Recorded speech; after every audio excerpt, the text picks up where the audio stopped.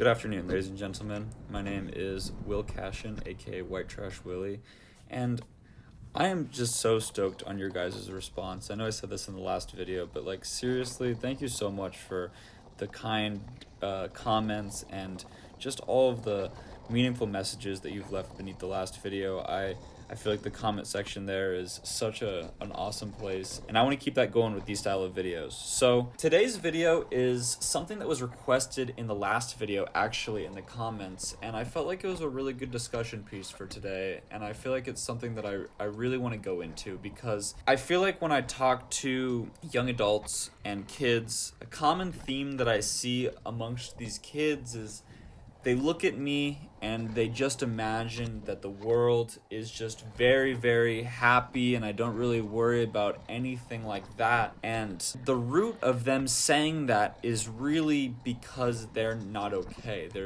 A lot of the kids that I meet, or a lot of the young adults I meet, are sad and not happy. In the comment on the last video, they asked about being happy and what it means to be happy, and I want to go into that today. I want to talk to you guys about happiness. I feel like happiness is this word that gets talked about a lot, and I feel like it's kind of a confusing word when you think about it, because everyone's always chasing it. It's not really a place. It's like, what is happiness? What is this? And how do I achieve it? Because you know what it feels like to be happy, but how do you consistently have that? And how do you not let yourself fall into a mental space where you feel like you're being buried with your own thoughts about just negative things, about self-doubt and about not feeling good enough and about hating yourself and just these depths of these layers of just darkness that you can get caught into? How do you just not even get there? And today, I want to talk about happiness. So the first place that I want to start with happiness is actually the dictionary definition of happy. So the definition of happy, according to Google, is feeling or showing pleasure or contentment. All right, well, let's break that down really quick. Feeling or showing pleasure or contentment. Well, what does pleasure mean? So the dictionary definition of pleasure says a feeling of happy satisfaction and enjoyment. And that's interesting because the definition of pleasure references happy, but the definition of happy references pleasure. And it's kind of like it does this circle. It's like, hey, pleasure, here's happy. Hey, happy, here's pleasure. And it just kind of throws you into a loop. But there's two distinct words, is contentment versus enjoyment. And I'm going to go a little bit more into depth into that in just a second, but I want to bring a little bit of clarity to what I just said. So we have to separate pleasure and happiness. They are not the same word and they are very different, and I really need you guys to separate those two words in your mind because they are not at all the same. The easiest way that I could separate happiness and pleasure is to separate them into trait versus state. It's really important that you guys separate the words trait and state because that is a really big part of this video. A trait is something that is a part of your personality. It's a long-term characteristic that shines through their temporary behavior, attitude, and feelings. For example, if someone is a confident person and they express themselves as a confident person in every situation, then confidence is a trait. If you meet somebody that says, oh, I'm just kind of an anxious person, well, anxiety is one of their traits. They're attributes of who they are, or attributes of who you are. A state is something that is temporary, a condition that they are experiencing on a short period of time. For example, you feel very confident towards this particular scooter trick versus I feel kind of anxious about trying this scooter trick. It might not necessarily mean that you are a overly confident person or an overly anxiously person. It's just how you're feeling in that moment. And it's very important to separate moments and peaks versus baseline and resting mindset. It's temporary situations versus deep patterns, but there's kind of a gray area.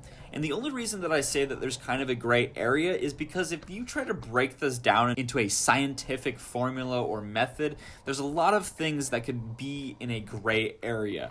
You could say that certain traits that somebody has are really states, and certain states that people have are really traits.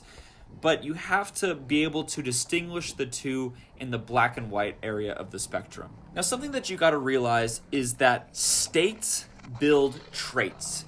At any given moment in your life, you're going through a state and a trait. You have these traits that make you who you are, but you're being faced with the particular situation that is the state that you're currently in. The way that you conduct yourself in the state is how you build patterns in order to build yourself and have stronger traits in your personality. You want to make sure that you try to build your every single state to create a better lasting trait. Enough states and it becomes a trait. State is pleasure. Trait is happiness. All right, well, we get it. You just build enough states and then eventually you'll have good traits. That's just the key to happiness? No. What your traits are is your baseline. It's who you are at a resting state. Not when you're in an exaggerated state in either side of the spectrum. When you're just whelmed. Not overwhelmed, not underwhelmed, just whelmed. The way that you build a good baseline is several different ways. You want to treat your body well. It's so important to treat your body well. And that goes from exercising to eating well. But beyond from that, you need to be able to treat your mind well. You have to monitor the things that you're allowing yourself to consume on a physical level, but also on a mental level. If you're listening and just consuming all day, every day, and you're not using any creative part of yourself, then you're not treating your mind well, because your mind and everyone's mind in this world has the ability to create. And if you're not using it, then you're suppressing certain parts of your mind and you're not treating yourself well. Engage in moderated pleasure. Now, I'm somebody who enjoys pleasure just as much as you, but it's important to keep it at moderation. You can't have pleasure stacked on top of pleasure and stacked on top of pleasure and stacked on top of pleasure and just expect to be happy. It just does not work like that. I'll go a little bit more into depth about the black and white of pleasure here in a moment, but I want to continue about talking about building your baseline. You need to help others. You need to build meaningful relationships with guys and with girls. You need to have a solid group of guy friends. You need to have a solid group of girlfriends. I don't care what gender you are. You need to have meaningful conversations in your life. You need to have conversations that matter. Not just conversations where you're asking about the weather, very small talk sort of things. You need to have real meaningful conversations where you're building the conversation with the other person, not just contributing. You need to listen to good music. The sort of music that gives you goosebumps. The type of music that makes you feel like you can accomplish things. And lastly, probably the most crucial thing is you need to find flow state.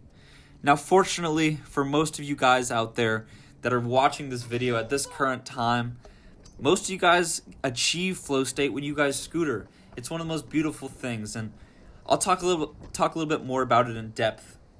But I want to talk about the black versus the white, the pain versus the pleasure, the sadness versus the happiness, and the flow of everything. You have to realize right now that life is just a spectrum. It's just a parabola. You can't experience any sort of happiness in your life without experiencing the equal amount of sadness in your life. Let me say that again. You can't experience any level of happiness in your life without experiencing the same level of sadness. You need to think about that mental meter that gauges energy and how much energy that goes into it. People talk all the time about being traumatically sad, but I really believe that you can be traumatically happy as well. You can go through an experience that's so traumatically happy that you'll never be able to recover from it in a positive way. Scootering wouldn't be fun if this wasn't this case. The only reason that it feels good to land a scooter trick is because you know how much you're risking. You know that there's a dark side to every single trick that you've landed. There's a million potential falls that you could have taken, as well as a million different ways that you could have landed it. You're battling the black versus the white all of the time. Another way to put the black versus the white is the glass is half full and the glass is half empty. Everything really comes down to your own perception. I said that the only thing that you'll ever actually own in your entire life is your perception. And the reason that I say that is because you have the choice at any given moment to choose whether to look at a situation as good or as bad. And a lot of situations will be pretty obvious and how you should feel, but a lot of the times you have that choice, you know? You have the opportunity of being like, do I have to do this or do I get to do this? Even on the little things, even when you're helping your parents out, do I get to help my parents out or do I have to help my parents out? How are you going to look at it? Because that's so important in building a good baseline. You have to be able to look at situations as an opportunity, not as a have-to moment. Part of the amazing thing of consciousness is the stream of energy. I feel like the stream of energy never really gets talked about in culture, and I feel like a lot of people don't know how to put words to what they're speaking about, but I just like to call it the conscious flow and the conscious stream of energy. And what that is, okay, so every human has this constant beam of energy that they're letting out of them. And that beam is what's lighting up their internal organs that allows them to actually be alive and do things, right? And that beam, that ray of energy is what inspires you and what pushes you to do better in your life. That's what pushes you to want to accomplish things, and it's what pushes you to like not just lay around from the time that you were born. It was the thing that taught you to walk. It was the thing that taught you to talk. It was that stream of just like doing something, the stream of actively doing something. And in that stream, there's a lot of different things. You know, there's really what your body is doing. There's how your emotions are feeling. There's a lot of different layers to this. But if you can position that stream of consciousness and you can try your best in every situation to look on the brighter side and to look at the glass half full, if you can do that and you can make that choice and use your stream of energy to persuade your mind into thinking that it's a good situation, then that is such a big way on how you build a solid baseline. Your emotions are going to spike, and you have the opportunity of it feeling good or feeling bad, and the only deciding factor is your perception. I think it's so crazy when somebody is so terribly sad, they're just uncontrollably crying, but when somebody is so uncontrollably happy and they just think something so funny, they're uncontrollably crying. It's like it's the exact same emotion. It's just the perception of the person is choosing on how to express that energy. They could express that energy they're having in this very happy and laughter moment, and they could dial all that energy and put that into a panic attack. But they're having the reverse of a panic attack. They're having a happy attack. It's this weird thing that happens. It's you are in control of your own perception and how you feel and how you choose to let out your energy to have it control how you view your life. You have the ability to flip your emotions. You have to think about your brain as this car motor, okay? I'm going to use this analogy right now. It's a car motor. But this car motor has only one gear. It only has first gear, right? But the first gear can either go and drive or it can go in reverse. And it can go the exact same speed. And your car is going to be driving all of the time. Your perception is the clutch and what changes it from going forwards or backwards. So really, like, the car is going to go. The car is going to be moving. It's just which way are you pointing the car? Which way are you choosing to look at your emotions? So I mentioned a moment ago that I was going to talk to you about flow state, because flow state is probably the most important part of this video. Flow state is the best use of consciousness. There's no time to be sad or even time to be happy. You're just actively in the moment. You're doing. You're in the action of doing. you don't have the mental capacity to even comprehend whether you're happy or you're feeling pleasure or you're sad or you're feeling anxious. You don't have the amount of mental room to do the thing and to process how you're feeling about it, because the thing is overtaking your mind so much that's just what you're doing. You lose track of time. Scootering is my favorite example of this. I feel like I go to the skate park and I ride my scooter, and I lose track of time. Not every single time, but majority of the time. And when I'm around good people and when I'm having just a good day, I lose track of time. I'm just doing. I sometimes forget to film clips because I'm just having such a good time in the moment. You know, when sports athletes talk about the best game they've ever had, they're like, oh, I was out of my mind. Like they were just so actively in the moment doing that they didn't have time to overanalyze. They didn't have time to reflect. They were just doing. It's so important to get into flow state, because being in flow state means that you're using your brain to the fullest capability. What flow state means is when you're doing a task that's not too easy to the point that you're bored and not too hard to the point that you're overly challenged, is that perfect middle in between where you're just flowing and you're just thriving. In the act of you doing, doesn't matter what you're doing, just doing, that will lead you to fulfillment and feeling good. Because you've actively been using your time constructively, you're going to get a release from that, and you're going to get a dopamine release, and you're going to feel pleasure from tackling happiness, and you'll end up feeling good. Like, it's just a win-win-win. It's important to not just have one thing in your life, though, be your flow state. For example, I have scootering in my life. That's a wonderful flow state activity for me. I also have drawing, which is another wonderful flow state activity. I have photography, videography, fingerboarding, building fingerboard skate parks. It's so many things. And really, like, when it comes down to it, I feel like the thing that you spend, the activity that you spend your time doing in flow state is your passion. That's what passion is. It's the thing that you find yourself in flow state with. That's what your passion in life is. I'm passionate about so many things, but if I was just passionate about scootering, what would happen if a rainy day came around? What would happen if I broke my leg? I have no idea. Like, I would need the ability to achieve that doing sensation somewhere else. And I would choose to either do art or do several different activities that I found that I like to do. And it's important that you figure out what those activities are. If you have any parents watching this with you right now, like, you guys need to figure out, what do you really love doing?